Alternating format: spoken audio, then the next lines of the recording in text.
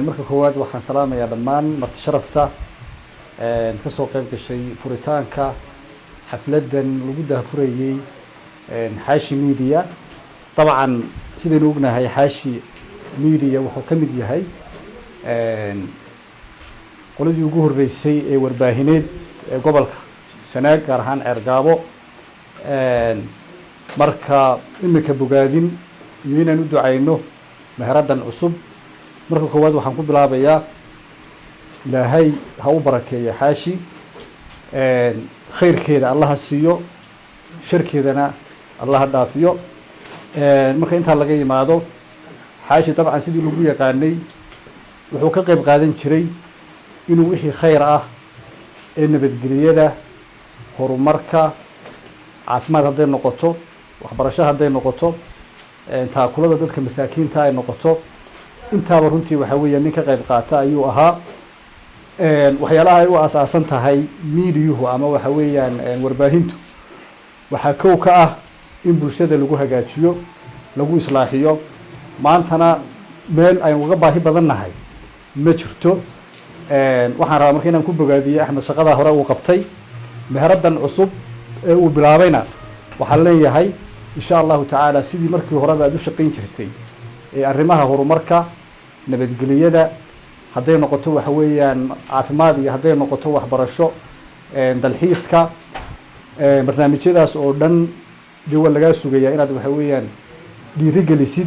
Axmed Saciid Xaashi ama Xaashi Media waxa weeye waxaan u naqaanaa anagu inuu yahay aabaha ama aasaasaha warbaahinta casriga ama waxa loo yaqaano digital media. warbaahintii ugu horeysay Ceergaabo digital media Xaashi Media muddo 5 sano ka hor ama 4 sano ka hor laga aasaasay magaalada Ceergaabo. caawana inuu soo kordhiyo studio-ga quruxda badan waxay ka tarjumaysaa halabuurka iyo u heelanaanta arrimaha media gobolka. inta waan ku bogaadinayaa. waxaan rabaa Xaashi inaan ku bohriyo gobolkan Sanaag oo ah runtii gobol khayraad badan oo laakiin aad moodo inay xagga warbaahintu khayraadkiisa ay ka gaabisay iyo horumarkiisa iyo dalxiiskiisa. Xaashi inuu kaalinta buuxin doono insha Allah. studio-gana uu noqon doono meel laga tabiyo wararka wax ku oolka ah ee gobolka ka jira ee runtii dadka xasiloonida gobolka iyo horumarkiisa aad runtii looga dheehdo ee aan runtii kaliya ta uu xooga saarin rabshadaha iyo balaayooyinka iyo dib u dhaca inta badan dhifta ah ee gobolka ka dhaca aan xooga saarin horumarka iyo quruxda gobolka ka jirta inuu xooga saaraan rajeynaa insha Allah bismillaahi kariim. runtii aad baan ugu faraxsanahay inaan madashan ka soo qayb galo. waana soo dhaweynayaa dhammaan barnaamijyada iyo programmada loogu talagalay in halka ka bixi doonaan oo inooga warramay madaxa iyo maamulka studio-ha. runtii wax badan baynu ka tabaynaa dhinaca saxaafadda sida raggii iga horreeyay ay sheegeen. saxaafadda magaalada Ceergaabo ama saxaafadda dadka Soomaalida ama dhulka Somaliland dhibaato badan baa ka jirta. waa saxaafad loogu talagalay marka hore dhinac ganacsi.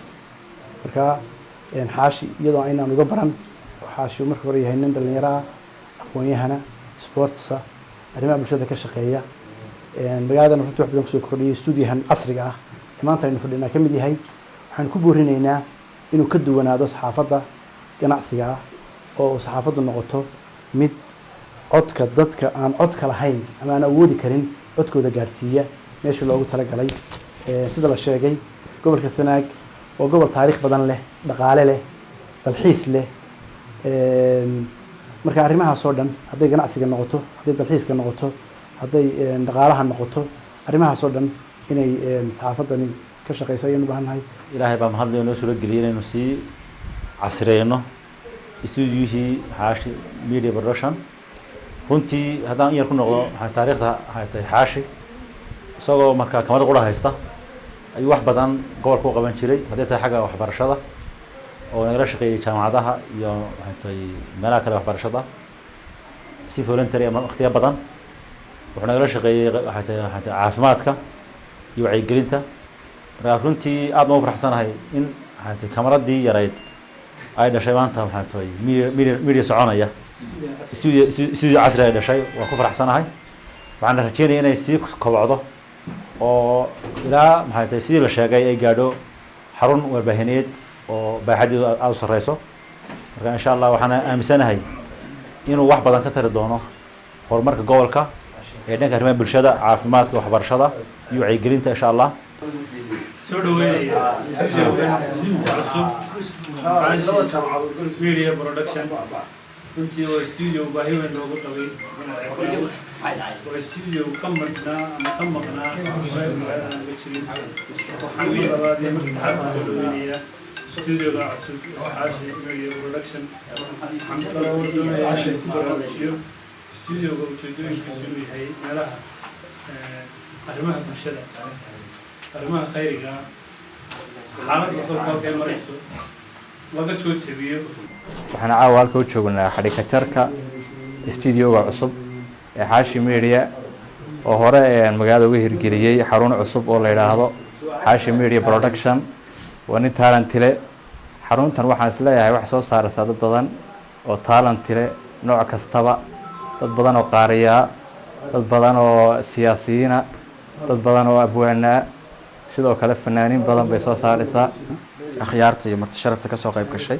furitaanka studiogan casriga ee xaashi media ku soo kordhiyey xaruntii hore ee xaashi media production xarunta xaashi ee qaybtii hore mediaha iyo qaybta dambe studioga haday tahayba aad baan u soo dhaweynaynaa aadna waa u baaragaynaa waxaan rajaynayaa inay xaruntani noqoto xarun la isku weydaarsado ama lagu soo gudbiyo afkaaraha kala duwan xarun ay u noqoto oo xarun hal abuur ay noqoto xarun hibooyinka dadka looga faa'iideysto inay noqoto oo bulshada kala duwan ee magaalada ay ka faa'iideysato xarun horumarka iyo yacni horusocodka magaalada ka shaqeysa hadday tahay dhanka ganacsiga hadday tahay dhanka waxbarashada hadday tahay dhanka arrimaha aasaasiyaadka ee bulshada xarun waxyaabahaas oo dhan ka shaqeysa inay noqoto waan rajaynaynaa oo studiogan uu noqdo studio dhanka positiveka ama dhanka horumarka looga faa'iideysto studio lagu soo bandhigo waxyaabaha magaalada cusub fursadaha ka bannaan jaanisiyada jira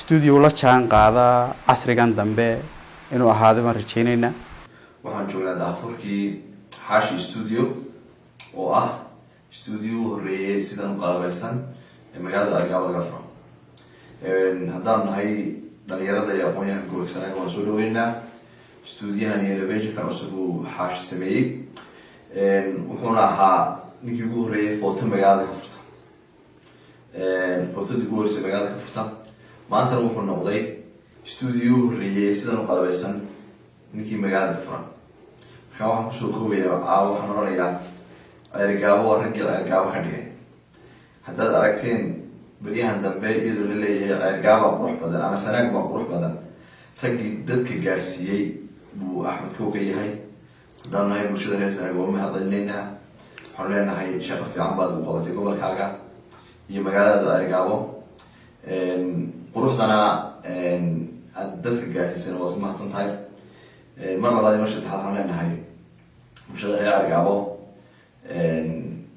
kusoo dhawaada xaashi waa xadhikajarkii studiohan cusub ee uu noo soo kordhiyey xaashi media production aad iyo aad baan ugu bogaadinaynaa xaashi studiohan cusub ama madashan cusub ee noo soo kordhiyey oo runtii baahi weyn loo qabay sida la sheegay xaashi de wuxuu ahaa baan filayaa photographerkii ugu horreeyey ama kii ugu horreeyey casriga noo fura maantana madal aynu u baahnayn ayuu runtii noo furay waa laga sheekeeyo dee in maxay ahaday waana lagu bogaadiyey in wax badan ay dee soo bandhigto madashu kulle anu waxaan qabaa faa'iidada keliya aynu u baahnay ama madashan aynu ugu baahnay ama studio aynu ugu baahnay wuxuu ahaa xaaladaha jira ee dalka inta badan studio qofka aqoon-yahanka ay markaa aqoon leh hadday sharci tahay hadday dhaqaale tahay hadday caafimaad tahay hadday arrimo kale tahay studio diyaarsan oo qofku wixii dee aragtidiisii uu ka soo qayb qaadanayo runtii weyn lahayn marka baahi weyn baa loo qabay studio noocana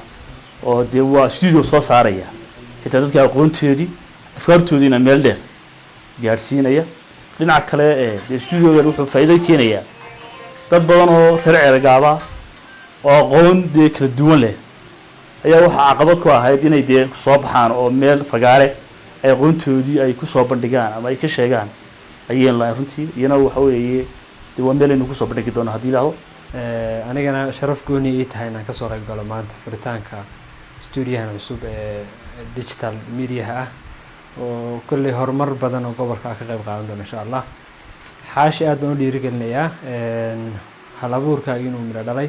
waxaa caddeynaya sida tiktok ka dhawaajiyey inuu kasoo bilaabay hal kaamarad oo keliya isaga maantana uu marayo inuu fiday oo mataqaana u ballaadhay. aad baan kuu dhiirigelinaynaa mar labaad iyo mar saddexaad. sidaa laga soo wada dhawaajiyeyna waxaan rajeynaynaa in insha allah horumarka badan ee gobolka ay ka qayb qaato studiogan, khaasatan haddeerna xanuunadan iyo xumadahan jirana ay noqdaan barnaamijyada ugu horeeya bulshada laga wacyigeliyo. marka insha allah waxaan rajeyn doonaa inay noqoto source ay bulshada reer Ceergaabo marka hore informationka ka helaan oo warbixinada ku kala qaataan. insha allah si guudna Soomaalida meel walba joogaana wixii gobolkan ka socday horumaradiisana meel laga gaarsiiyo ay noqoto insha allah. daafurka xaashi media oo caawa lagu soo kordhiyay qayb studio oo magaalada aad iyo aad baahi weyn ugu qabtay inay magaalada studio hesho. runtii waa soo dhaweynayaa waana amaanayaa. intaa kadib gobolka Sanaag oo gobol ballaaran wuxuu ka mid yahay gobolada Soomaaliland ugu taariikhda weyn. gobolka Sanaag wax badan baa ku duugan. waxaan rajeynayaa xaashi horena wax badan buu uga taray, iminkana insha Allah tacaala inuu soo bandhigi doono hadday qurux tahay, hadday aasaar tahay iyo hadday taariikh tahayba. Sanaag waxay ka bilaabantay waa meesha Soomaalidu ka soo bilaabantay. dadku inta badan waxay yiraahdaan Somaliland baa ka soo bilaabantay iyo dadka reer Somaliland, laakiin waxaan aaminsanayaa anigu dhan kasta markaad eegto Sanaag inay ka mid tahay meelaha ka soo bilaabantay taariikhda Somaliland.